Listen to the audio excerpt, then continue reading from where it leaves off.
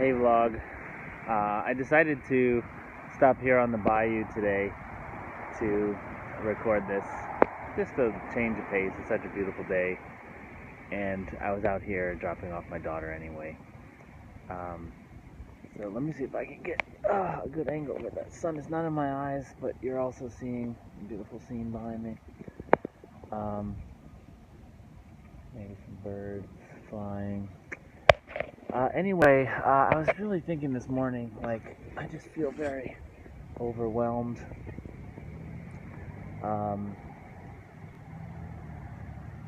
I get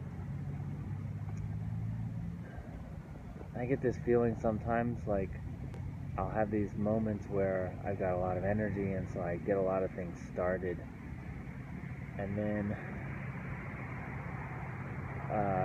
each thing kind of balloons, and I don't have the same vision and focus for each of them anymore, and I can't think of what to do next. And I just don't have the bandwidth for all of these things. And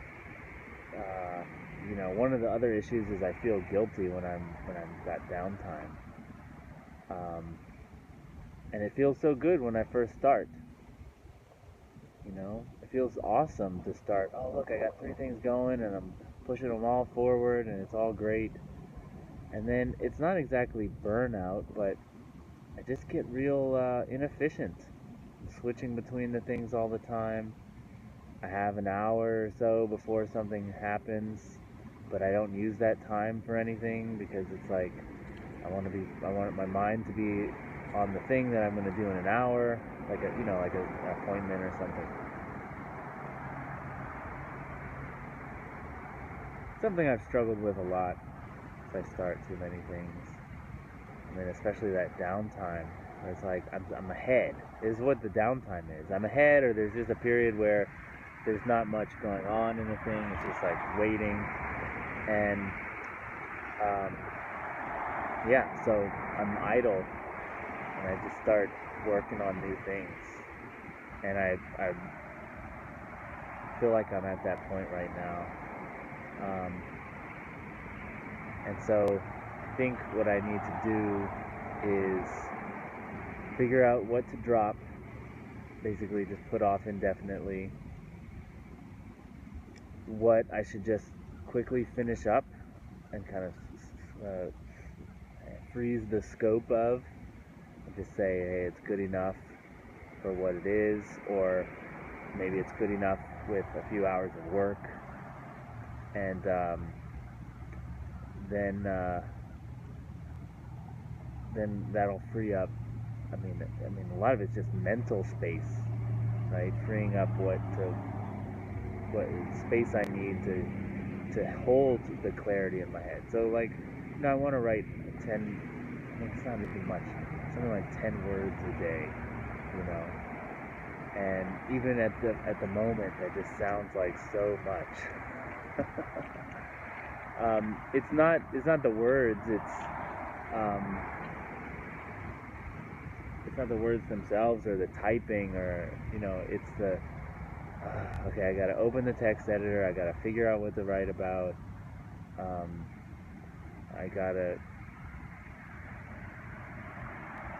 don't know, it just seems like so much. It is so silly, right? And I picked 10 because it sounded so easy. I think at the point I'm at, I just need to make it even easier. I need it to be like, open the text file, and put your hands on the keyboard. It's got to be super, super basic. But then the other key is that you got to record whether you do it or not, track. And if you don't do it, you don't get your like gold star for the day, something basic like that, because sometimes you just gotta get a carrot and stick out. That's what I gotta do. Retrain myself. Same with recording. Like, it just feels like, oh, I only have an hour to record 10 minutes. Like, it just doesn't make sense, but it's not just the time talking into the camera, it's the preparation, it's getting things, in my head so that I can just talk, right? I mean, maybe some of it is I'm kind of tired of reframe right now.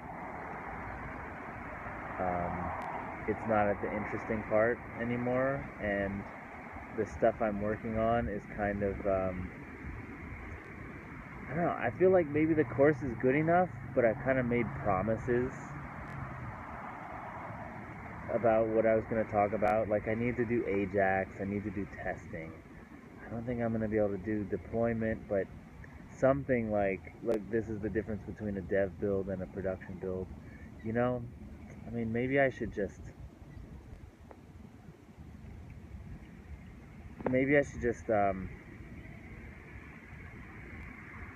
cut it off right now. I mean, there's a lot in there, right? It's like 10 hours of video. No, it's not that much, maybe 8 hours of video. And that's a big course. It's much bigger than I was expecting. And if I could just put a top on it, put a lid on it, and just say it's done, box it up, sell it, and say, hey, the next course is going to have the rest of that stuff. I mean, I could explain this to my list. It's already so big already. It's just, I did, a lot of people were like, oh man, I love your course. Are you going to talk about how to talk to the back end? That's where I'm having so much trouble. I'm like, yeah, sure, I'm going to get to that. Maybe this course I won't get to it. And there's a bunch of people who prepaid. Although, you know what, built into the prepaid, now that I'm thinking about it, this is what makes the most sense. The last thing I recorded was all about the database structure. And before I start going off into Ajax and stuff like that,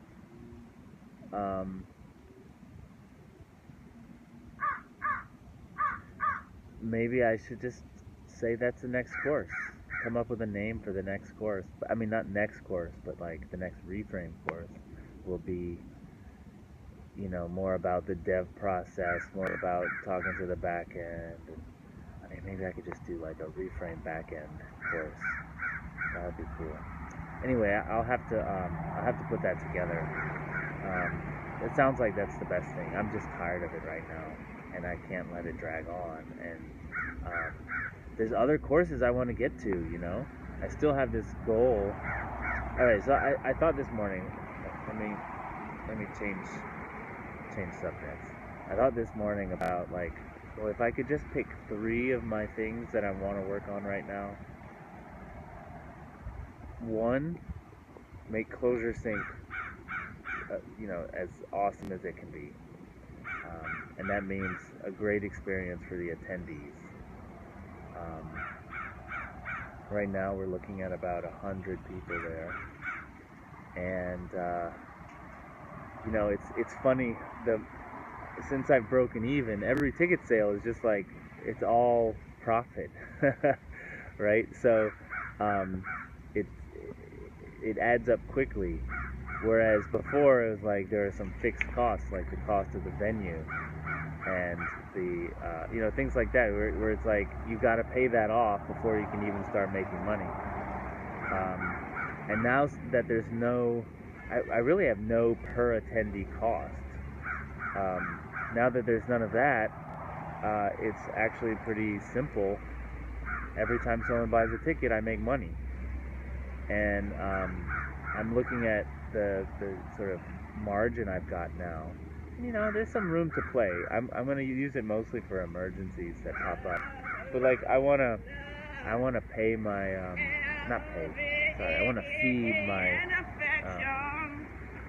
I want to feed my volunteers lunch, things like that. There's a couple of expenses that I haven't really baked in, but that's okay. there's enough profit now that I don't have to be so stringent and strict.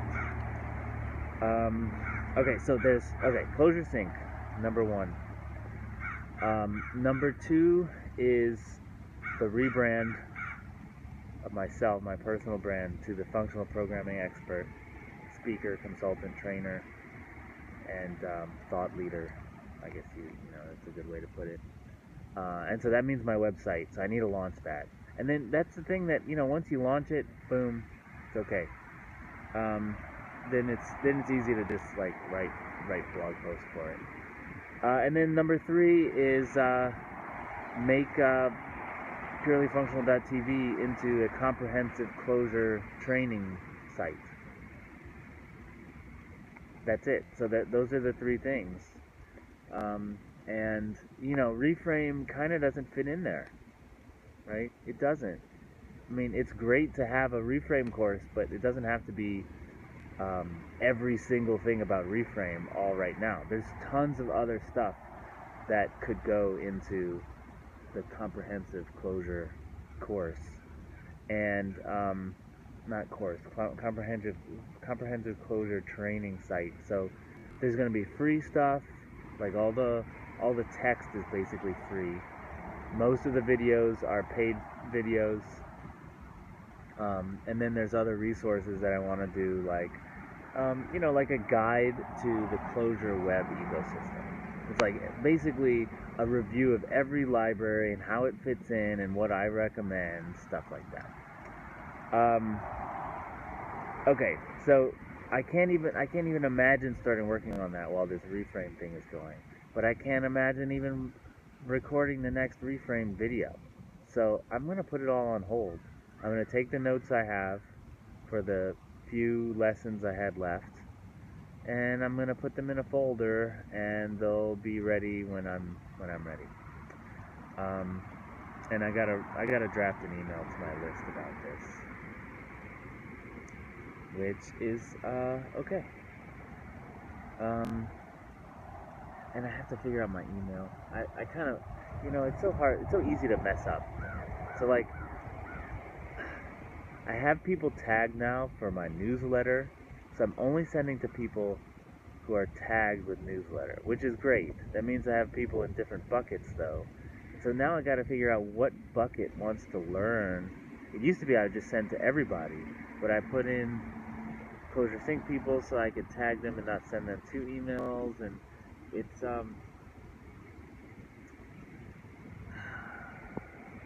that'll take about an hour, you know, to figure out how to target the people who want to learn about Reframe. And I know it's worth it because I've been putting off emailing them because I'm like, oh, I'll just send it to my I'll just put it in my newsletter and they'll just get it. But then, you know, only 25% of people on my list actually read the newsletter, and who knows how many things they're getting to. So I should spend an hour today and figure that out. I got 3 calls lined up today. That's going to be awesome. These calls, I'm getting them down, and I'm really trying to, like, last week I let them go for an hour when they were scheduled for 30 minutes, and I'm really trying to get them down. Yesterday, 2 people I talked to, 1 person canceled, so it was only 2. They both wanted jobs, and they're both having trouble applying to jobs. They're at different points in their careers, different countries, and I don't know, after the call I was like, this sucks. Like, I can't sell that you're going to get a job in closure. And I started trying to connect them up because they're going through the typical corporate interview process, and you know, so they just don't make it through. You know, they get far and then they hire someone and the company just says, okay, that we don't need to hire anymore. And it sucks. And so I'm just trying to connect them to people and just make it more of a people game. right? That's the theme of 2018. It's all about the people. So I'm emailing and just saying, hey, do you know anybody? What jobs are available in this place? And meet this guy. He's a customer. He's been studying closure, but he's been doing something else for 10 years. Another language. He's ready to and he's been paid in closure for a year. That kind of thing. It's like the person is very hireable. It's just these stupid interview processes where they're like, you don't know our syntax or our indentation style. It's like, no, I don't. But that's something you can learn in like 20 minutes. So like, why it shouldn't be part of the hiring process. It's probably just an excuse. They've got some other reason they don't want to say. But you never know what's going on over there. All right. This is going long, and please like, comment. I hope you like the realism of it. This is a realpolitik of running a content business, getting burned out, getting tired, having to explain why you're going to break your promises all the time. The other thing is just not promise anything, right? But I'm gonna spin it. That's what you gotta do. So like, yeah, I said it would have a lot of other stuff, but I want it to be the best, and I'm not ready to do that now. And look, you have 8 hours, right? And also, like, I was thinking, the thing about, I do the early access where I do early access. I do a pre-sale. I call it early access. And I sell it. I say, this is what's going to be in it, and this is like my idea for it. But I'm always clear that it could change. Like, it's just my idea, and as it comes out, you never know what's going to happen. And so part of the discount is that they've got more risk. That they won't know exactly how big the course is going to be or what is going to be in it. And I think I estimated it would be 9 hours, and it's about 8. So like, I think I'm delivering like on my promise in that sense. What I'm not delivering on is I haven't really produced. I think I maybe produced 1 hour, maybe an hour and a half since like the end of November. It's not that much. So I should just put a period, full stop, done, the end, sign it, ship it, and start getting to work on the other stuff that is really important, like making this the best, most comprehensive closure site. Like, I don't have even good descriptions of my courses. You look at the page, it's like, oh, what is this? Oh, it's for sale? Oh, okay. Like, come on, man. Those things are easy. Gotta start putting those things in. And I'd love to have a new theme. I'm really tired of my theme. Not design-wise, but like just working with it, working with the code. It's slow to load. Like, I just want a new theme. So I know the theme I want, but like, you switch the theme and like half your stuff breaks. So I'm not ready to do that yet.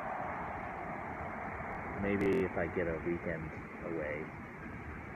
My daughter's in town, my wife's out of town. So it's just me and the kiddo. So a lot of times the weekend is not really, it would be a great time if I didn't have to watch Olivia. Okay, so anyway, I hope you enjoy the scenery behind me. I saw some birds flying around. Really like the pelicans. They were endangered when I was a kid. You'd never find them. Now they're all over. It's beautiful. They're really beautiful birds. They swoop down so low on the water. They touch the water with their wings. I see that bridge over there. Can you see that? Cross over that bridge and they'll like swoop down in front of you. It's pretty cool. Awesome. All right, I'll see you later. Like, comment, subscribe. do you know, the thumbs up thing, thumbs down if you don't like it. Let me know if you like this more personal realpolitik part, and I'll see you later. If you have any questions, put them in there too. Bye.